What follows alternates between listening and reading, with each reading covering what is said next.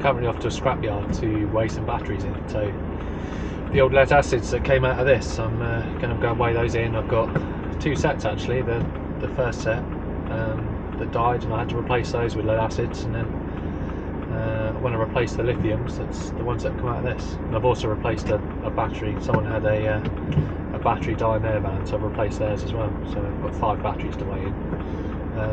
I thought this would be a good opportunity to get the van weighed, seeing as they've got a weigh bridge.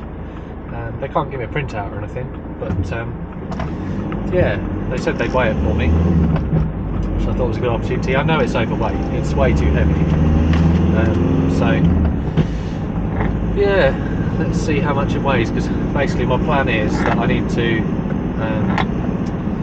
basically rip the whole thing out and start again, because it's just, yeah, I had I saw on the paperwork for the MOT, it showed 3.28 tons, and that the MOT station's only just had their bay fitted in the past 12 months, so I'm fairly certain that their readings are right, you know.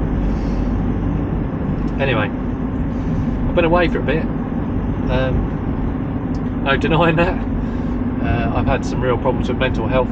I didn't work in the whole of October, so it felt wrong to actually, you know, be making YouTube videos and that sort of thing. So I took some time away to, you know, prioritise myself. Obviously this isn't a massive channel, but it's just, you know, mental health affects us all. And in the meantime, I've done quite a lot. I found myself being overwhelmed, so I gave myself like the goal of just doing one thing a day, because I'm always best when I'm productive. I don't do well just sitting around on the sofa, you know, looking at social media, watching YouTube, watching Netflix. It doesn't do me any good. So I need to feel productive, but I needed to prioritise me and make sure it's what I was trying to do was actually achievable. So as I felt better in myself, I was able to take on more and more difficult jobs. You may remember, I may not have said it, but in August my suspension broke on my caddy, and also an injector started failing. So I've replaced the front suspension struts, and I've replaced all 4 injectors on my caddy, which was a whole palaver in itself. It's one of the things that led me to having a bit of a struggle. It didn't go very well, and I wasn't capable of dealing with the fact that it didn't go very well. So yeah, but it's all done now. That's working fine. Recently it's had an exhaust gas temperature sensor that has that's decided not to work, and unfortunately that same sensor, I only replaced it a year ago. So anyway, that was a whole thing. I've also had this remapped in amongst that time, which I didn't film. The garage was quite busy and they didn't have the capability and the capacity to have me there with a camera, and I don't have a following that, you know, warrants the the ability to sort of throw my weight around and demand that I film it. But honestly, it drives like a whole different van. This is the 2 litre Blue Motion 109 brake horsepower, and I must admit I haven't had a like a printout, a graph from them, so I don't actually know how much horsepower it is now. But I never really did it for the power, I did it for the drivability. And if you've got a crafter, honestly, get it remapped.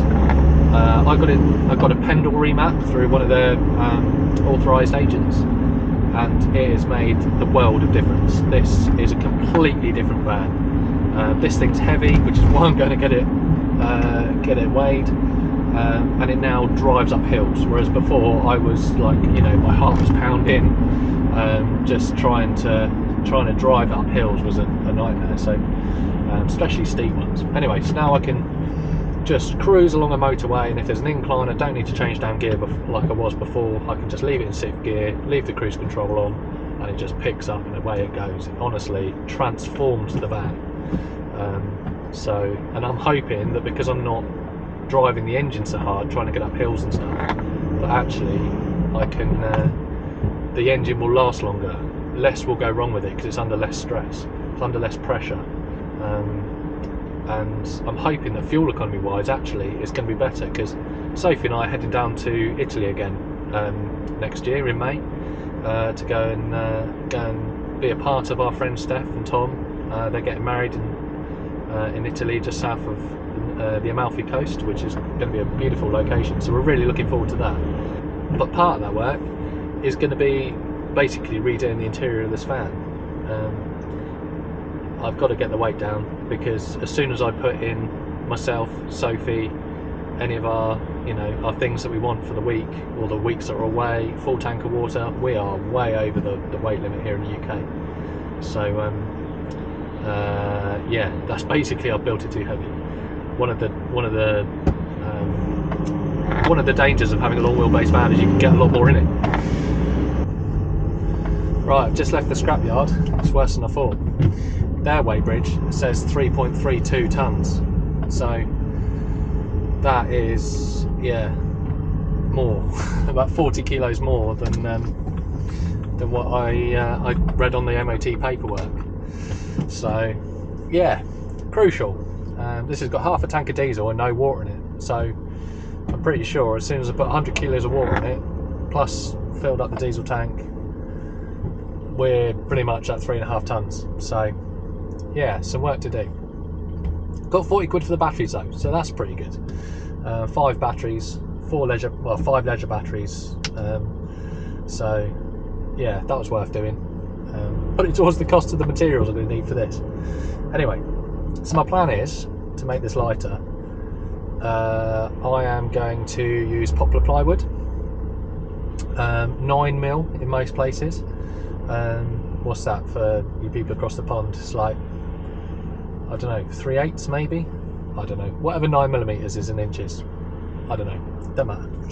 I'm going to use 9mm poplar ply, and then for the walls, and then probably 18mm ply for the poplar ply for the bed and the bed base, and maybe 12mm for the back, maybe. I don't know, I haven't really worked it out completely just yet. And then maybe a 5mm for the 5mm standard ply for the ceiling, because I've got to get the weight out of it. Most of the weight I think is in the ceiling, and in the material I've used to build it.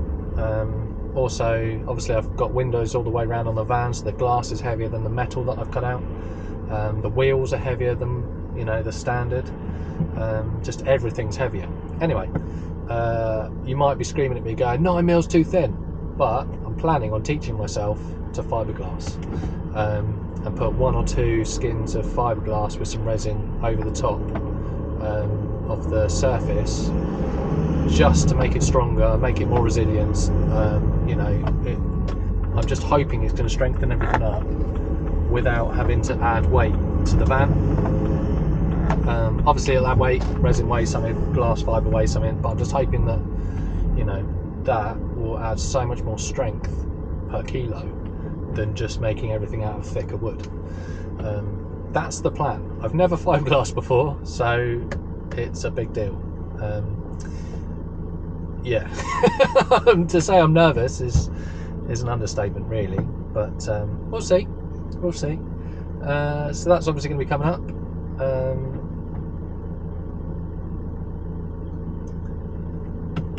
So that's kind of going to keep me busy for the next few months. Obviously I'm working a full-time job, that has to take priority. I can't let anything that I'm doing on this affect my full-time job. That's just not fair. This is a hobby, and yeah, we'll see. I mean, I've basically, all of the ancillaries like the heater, the fridge, the cooker, I own all of it, so that's not a problem. It's just going to be the cost of materials to redo this, and maybe redo some of the wiring, and take an opportunity just to, the layout's not going to change really at all. I'm not even going to touch the sink and the worktop. I'm hoping I can just leave that as it is. The only thing I think I'm going to change will be where the table storage is, at the end of the toilet cupboard next to the sofa. I'm going to change that, I think, to being between the toilet cupboard and the oven, That's really the only major change, I think, and possibly lowering the level of the upper cupboards, because Sophie struggles, bless her, because she's a bit shorter than I am. She struggles to actually see what's over that lip and in the shelf. So yeah, I might look at that. But basically everything's got to come out because the ceiling's got to come down. Oh yeah, and I'm trying to buy a Max Air fan because we found it really hot in Italy this summer in 2022. So I'm going to have to redo the solar panels. I've got two 260 watt panels up there at the moment, and I'm going to have to go for one, but I'm going to try and see if I can find one that's a higher wattage but for the same size, so that I don't have to worry about moving the rails. But whether that happens or not, I don't know. So yeah, it's basically going to stay the same but different, because things are always different.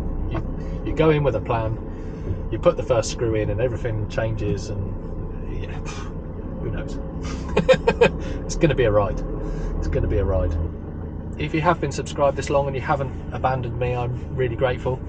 And hopefully what's coming up I can make a decent series out of, and yeah, we'll both enjoy it. Daunting.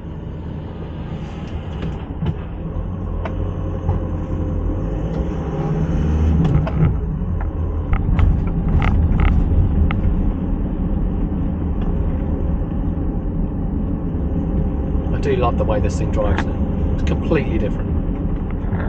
Completely different. It's heavy, as we've just found out. Yeah, it just drives. It drives like a car. I kind of forget that I've got another 4.5 meters behind me. I'm just in my own little world in this.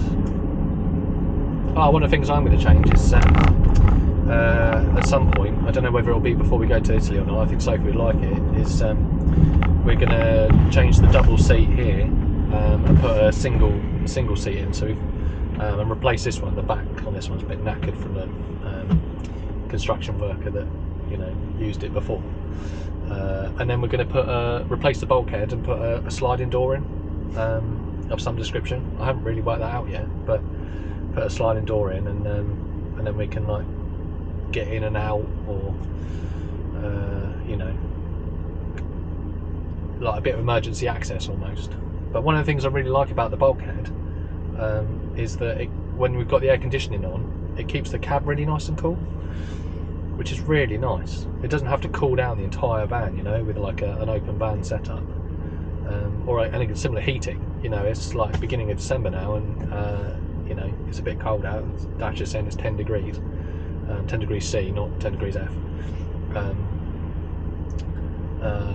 And yeah, it's really nice that it's only this space that's got to be warmed up or cooled down. So that's why I want to put a sliding door in, just to keep the cab separate when we're driving. But yeah, I've got to work that out. I've got like half an idea, but as soon as you make the first cut, you make a realisation that it's not going to work like that. It's not going to be as simple, but we'll see. We'll see. Anyway, this is where I'm going to leave you. Nearly getting home now, and got a massive hill to climb, which used to be a massive problem, but now it's not. So anyway, I don't know what I'm going to post next. I don't really have a schedule. It's just going to be, as and when, really. Really depends on when I do something. So please stick around. It'd be nice to have you along, and hopefully you enjoy what comes next, because I have no idea what's happening next.